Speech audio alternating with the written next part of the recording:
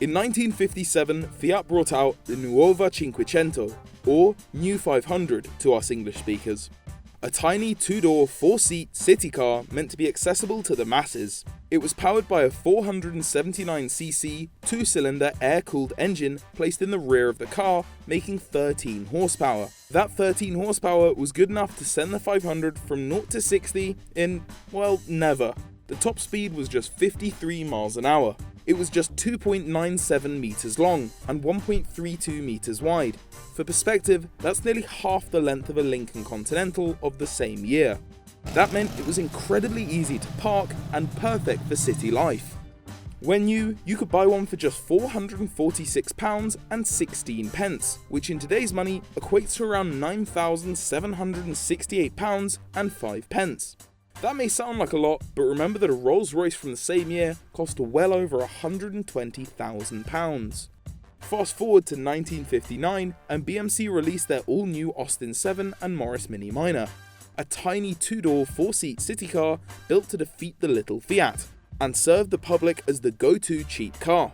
It was powered by an 858cc four-cylinder, water-cooled engine placed in the front of the car, making 34 horsepower. A figure good enough to get the car to 60 miles an hour in an eye-watering 27.1 seconds. For perspective, we'll continue talking while the Mini at the bottom of the screen attempts a 0 to 60 time.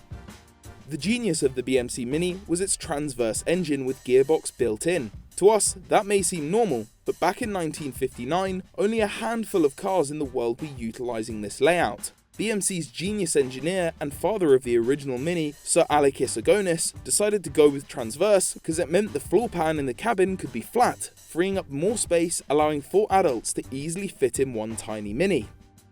When new, this tiny bundle of ingenuity cost a little more than the Fiat at £497, or £10,993 in today's money. The 500's production spanned from 1957 to 1975, and in those 18 years, an astonishing 3,893,294 cars were built.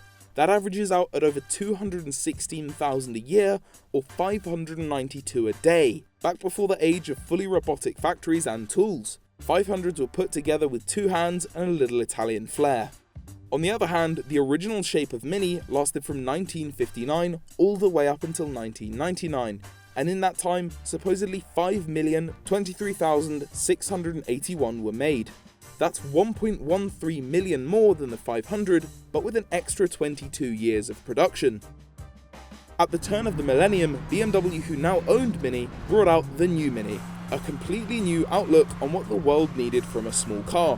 It went down a storm and sold all around the world. However, this time it was Fiat's turn to steal the Mini's crown, and in 2007, Fiat brought out the 500 once more. What made it so different is that it was still true to its tiny heritage. While the newest Mini has now grown to 3.8 meters long and 1.7 meters wide, the 500 is just 3.5 meters long and 1.6 meters wide.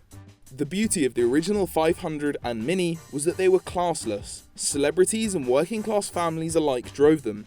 In the 60s, whether it was your teacher or your celebrity idol, they probably drove a 500 or a Mini. Despite the new cars not being close to their original version, that can still be said to some degree, whether it's your first car or your 50th. So what would you have? The Italian Cinquecento or the British BMC Mini?